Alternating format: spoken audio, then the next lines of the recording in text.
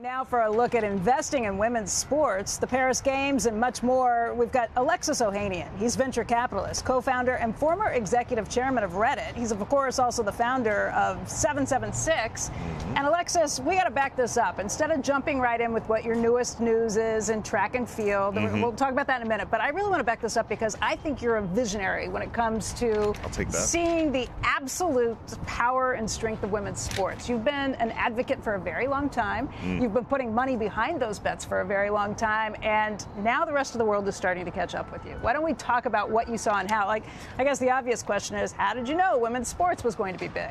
Well, look, 2019, I just rage tweeted because the Women's World Cup was coming on deck, and it made no sense to me that a team could be worth only a few $1 million when this sport was garnering international attention every 4 years.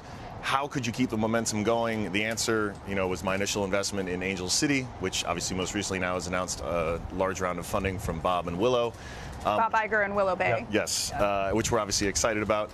But the core phenomenon here probably came from a certain someone I'm married to, right? Serena Williams is the prototype for how you can show women's sports is and can be and should be on the same level as men's, because you look at those viewer numbers, even to this day, more Americans watch the U.S. Open final for the women than the men, and that's the legacy of the Williams sisters, Billie Jean King, and everyone else. And so it takes investment, it takes thinking about it from first principles, not treating it just like the men's version of the sport, but really understanding why do people love these athletes, how to support them, and how to build. But I think one of the huge parts of this is you put your entrepreneurial cap on and you look at things differently. I think part of it has to be the valuation picture because men's sports have been so richly valued. Yes. You're looking at things that are undervalued at that point, and then you shake things up a bit. You make it more interesting, more exciting. You change things. We can talk about what you're doing in track. Maybe that's a good way of kind of going at it. For sure. Well, look, it cost $1 million to buy a franchise, the NWSL, in 2019.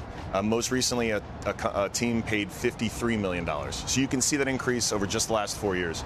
Part of the understanding was when folks fill an arena and we get 22,000 max capacity regularly for Angel City, they're doing it with a different why in women's sports. They want to see greatness, they want to see excellence, but it's tied into a cultural trend that you'll more likely see online than you will through traditional media.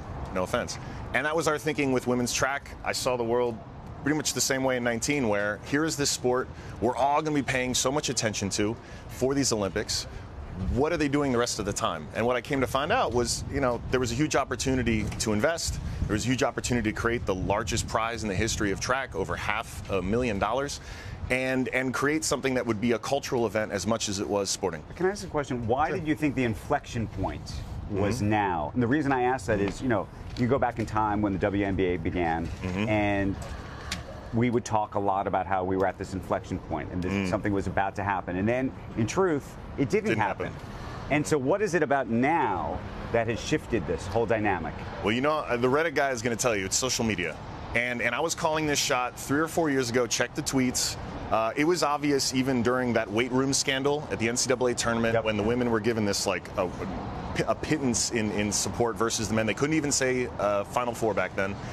The women on social media, the individual accounts, had far more followers than the top men in college basketball. That was obvious 3 or 4 years ago. That is where attention is. And then obviously you get superstars like Caitlin Clark, Angel Reese to really level up the attention. But in the attention economy, we are fighting tooth and nail on social media to get someone to pay attention. And you look at follower counts and it tells you the story of why women athletes are so compelling. I think that's a huge part of it, though. You're very smart about finding superstars, building characters that people want to follow and go along with. And you use business principles in this, which is the incentive structure. You pay everybody who's going to show up at this track meet. Yes, and nothing about this is charity, nor should it be charity. And that, I think, was one of the things, maybe the mindset has held back women's sports in the past. This is about excellence, about celebrating it. Not only is it about record-breaking prize, but it's also all of the revenue we generate from Athlos New York, 10% of it will get pooled and distributed evenly to all 36 of the women who show up. We're finding ways to align incentives, and this is just step one.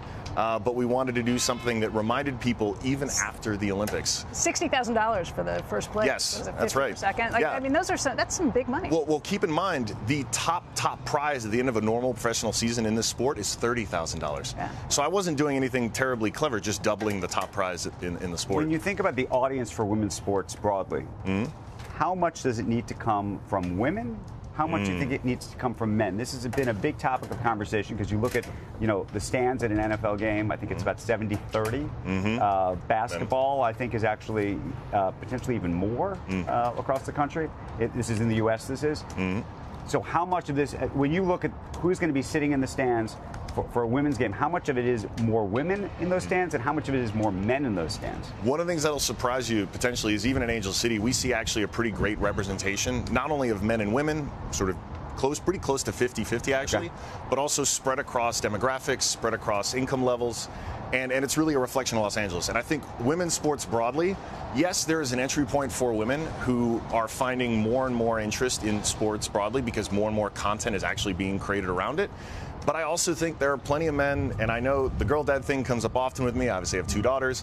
But there are plenty of men who love sports who are now finding ways to tune in because they weren't accessible before and finding something that they really love. And they're getting to spend time with their kids, boys and girls. And they're realizing, I love sports for the stories, for the excellence, for the athleticism, and the women's game has it too. And so I think you'll see more and more folks showing up in these stands, whether it's for Athlos or for other events, that actually represent the whole population, men and women and children.